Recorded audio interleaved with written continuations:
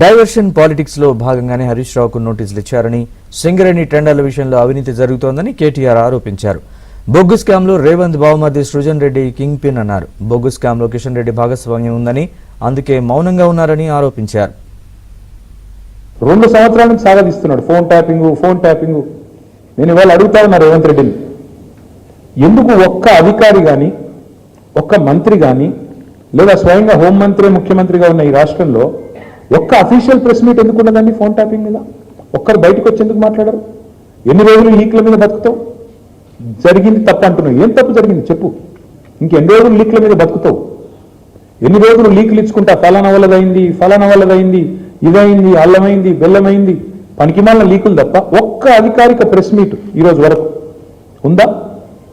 Sit కానీ ఇంకోటి కానీ లేదా మంత్రులు కానీ ముఖ్యమంత్రి కానీ ఒక్క మాట అధికారికంగా చెప్పిన పాపన పోయినరా? ఏంది ఫోన్ ట్యాపింగ్? ఎవరి ఫోన్ ట్యాపింగ్? ఎక్కడ ఫోన్ ట్యాపింగ్? ఏం జరిగింది? హరీష్ రావు గారి మీద కుట్ర, ఎవరో ఒక ఆయన సిద్దిపేటలో ఆయన మీద రాజకీయ ప్రత్యర్థిగా ఉన్న ఆయనతోని కేసు పెట్టిస్తే హరీష్ రావు గారు న్యాయస్థానాన్ని ఆశ్రయించినారు, హైకోర్టు పోయినారు. హైకోర్టు కొట్టేస్తే ముఖ్యమంత్రి గారు ఆయన ఆరాటం ఎట్లాంటిదంటే హరీష్ రావు గారిని జైలుకు పంపాలని సుప్రీంకోర్టు పంపించినాడు. ఈ కేసును హైకోర్టు కొట్టిస్తే ప్రభుత్వ పైసలతోని ప్రభుత్వమే పెద్ద న్యాయవాదులు గంటకు ₹1 కోటి తీసుకునే న్యాయవాదులను పెట్టి ప్రజల పైసలతోని సుప్రీంకోర్టు పోయినాడు. సుప్రీంకోర్టు కూడా కొట్టేసింది. అయినా మీకు సిగ్గు రాలేదా? ఈ కేసులో ఏం లేదు, విచారణార్హం కాదు ఈ కేసు అని, ఈ ఫోన్ ట్యాపింగ్ లో పసలేదు హరీష్ రావు గారి మీద అని చెప్పి సుప్రీంకోర్టు కొట్టేసినాక కూడా సుప్రీంకోర్టు కంటే కూడా నీ చిట్టి పెద్దదా? అసలు ఏమైనా ఇంగితం ఉందా ఈ ముఖ్యమంత్రికి కానీ ప్రభుత్వానికి కానీ? రేవంత్ రెడ్డి బావమర్ది కుంభకోణం బయటపెట్టిండు. రేవంత్ రెడ్డి బావమర్ది బయటపెట్టే వరకు వెంటనే సాయంత్రం వరకు హరీష్ రావు గారికి నోటీసు. ఇది వాస్తవం, ఏం లేదు ఇంతకంటే.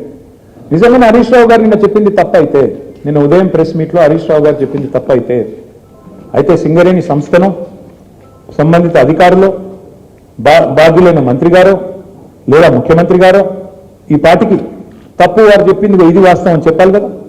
చెప్పారా? 24 గంటలు అయిపోయింది. ఎందుకు మాట్లాడట్లేదు? ఎందుకు ఒక్క స్పందన లేదు? ఎందుకు ఒక్కరంటే ఒక్కరు కాంగ్రెస్ కుంభకోణాలు బయటపెట్టిన ప్రతిసారి ఇదే డైవర్షన్ గేమ్లు, ఇదే రకమైన డ్రామాలు వీళ్ళకి అలవాటుగా మారిపోయింది. బట్టి గారికి తెలిసి జరిగిందా తెలియక జరిగిందా, ముఖ్యమంత్రి గారి కన్సర్న్లో జరిగిందా నాకు తెలియదు. కానీ ఈ సృజన్ రెడ్డి అనే వ్యక్తి మొత్తానికి ఒక కండిషన్ పెట్టించినాడు. 1,000 కోట్లు 100 కోట్లతో ముడిపడ్డ కోల్ బ్లాక్లలో వీళ్ళు ఎంత పనికిమాలిన నిబంధన పెట్టారంటే, మీరు బిడ్ చేయాలంటే, మీరు పార్టిసిపేట్ చేయాలంటే, టెండర్లో మీరు ఇక్కడ బిడ్ వేయాలి అంటేనే మీరు సైటుకు స్వయంగా వచ్చి సైటు విజిట్ చేసినట్టు సర్టిఫికేట్ తీసుకోవాలి సింగరేణి దగ్గర అని పెట్టినారు. సైట్ విజిట్ రాగానే ఆ కంపెనీ పేరు, మేనేజింగ్ డైరెక్టర్ పేరు, సిఇఓ పేరు, ఫోన్ నంబర్ అన్ని రాసుకుంటున్నారు. రాసుకొని సృజన్ రెడ్డి స్వయంగా బెదిరిస్తున్నాడు ఫోన్ చేసి. నేను ముఖ్యమంత్రి బామ్మర్ది మాట్లాడుతున్నా,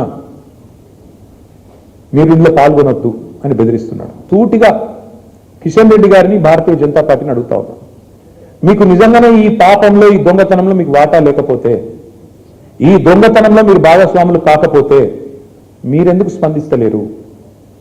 సింగరేణి అంటేనే ప్రభుత్వ రంగ సంస్థ, 51% రాష్ట్ర ప్రభుత్వానికి, 49% కేంద్ర ప్రభుత్వానికి వాటా. మరి మీకు ఇలా వాటా లేదా? మీరు ఏ రకంగా ఇట్లా ఓపెన్గా మొత్తం భారతదేశంలో ఎక్కడన్నా ఎక్సెస్ టెండర్లు అవుతున్నాయండి? కోల్ బ్లాక్స్ లో ఎక్కడన్నా, కోల్ ఇండియా ఆధ్వర్యంలో జరుగుతున్న ఎక్కడన్నా టెండర్లలో 7%, 12% ఎక్సెస్ పోతున్నాయా? మరి ఎక్కడ లేని సింగరేణిలో పోతున్నాయంటే, ఎక్కడ లేని సర్టిఫికేట్, విజిట్ సైటేషన్ సర్టిఫికేట్ అనేది సింగరేణిలో పెట్టిందంటే, ఇవన్నీ చూస్తూ కూడా coal minister, central cabinet minister Kishan Reddy గారు నిర్లిప్తంగా ఉన్నారు, మౌనంగా ఉన్నారంటే ఏమనుకోవాలి మేము?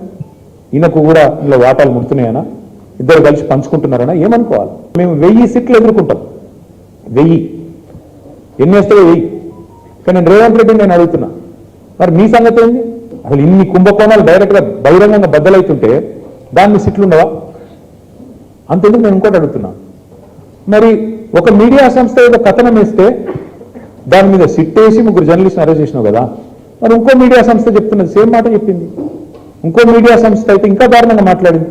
బట్టి విక్రమార్కనే ఇలా పాత్ర పోషించిండు, ఆయననే మొత్తం టెండర్లు రిగ్ చేసిండు 9 అని ఓపెన్ ఒక మీడియా సంస్థ రాసింది. మరి వాళ్ళ మీద ఎందుకు ఉండదు యాక్షన్?